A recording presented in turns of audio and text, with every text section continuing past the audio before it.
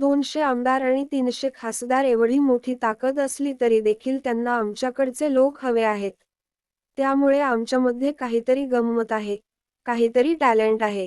एवढी मोठी ताकद असताना देखील जे काही छोटे पक्ष राहिला आहे ते देखील त्यांना हवे आहेत. त्यामुळे आमच्यात काहीतरी ताकद आहे, हे लक्षात येते.